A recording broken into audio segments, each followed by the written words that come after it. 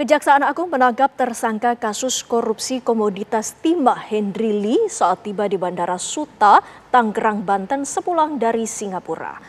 Mantan bos pesawat komersil itu ditangkap usai dikabarkan dalam perawatannya di Singapura karena sakit keras dan masa paspornya habis pada 27 November 2024. Henry merupakan pihak swasta di kasus korupsi timah, yakni selaku beneficiary owner dari PT Tinindo Internusa atau TIN. Kejaksaan Agung sendiri telah menjerat 23 orang sebagai tersangka dalam kasus korupsi tata niaga komoditas timah wilayah IUP PT Timah Tbk tahun 2015-2022. 17 tersangka sudah mulai disingkan dengan 3 diantaranya telah dijatuhi vonis. Total kerugian dalam kasus ini bernilai 300 triliun rupiah dengan sebagian kerugian disebabkan oleh rusaknya ekosistem.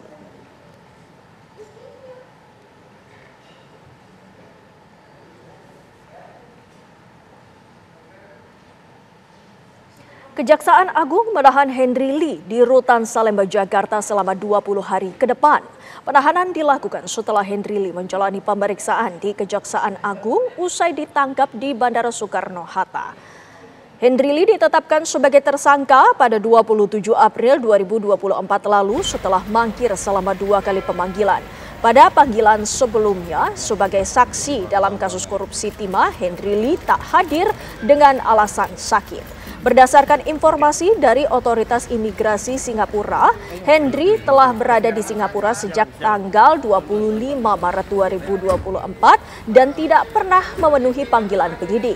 Selain Henry, adiknya yang bernama Fandi Lee juga ikut terseret di kasus yang sama dan juga ditetapkan sebagai tersangka.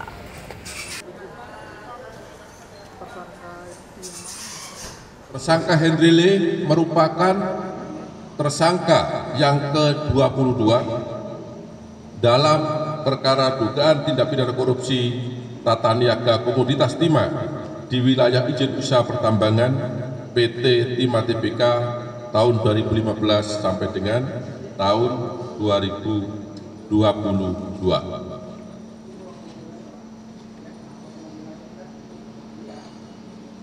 Adapun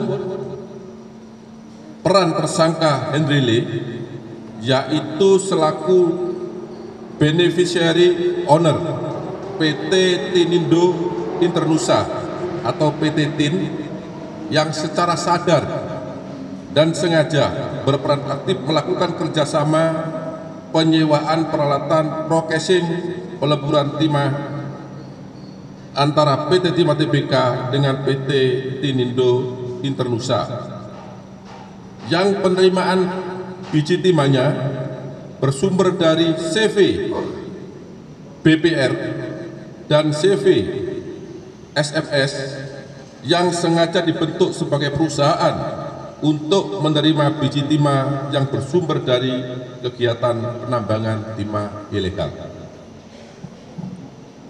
Akibat perbuatan yang dilakukan oleh tersangka Henry Lee bersama-sama 20 tersangka lainnya yang saat ini dalam proses persidangan, negara dirugikan sebesar 300 triliun 3 miliar 263 juta 740.131 rupiah, 14 sen.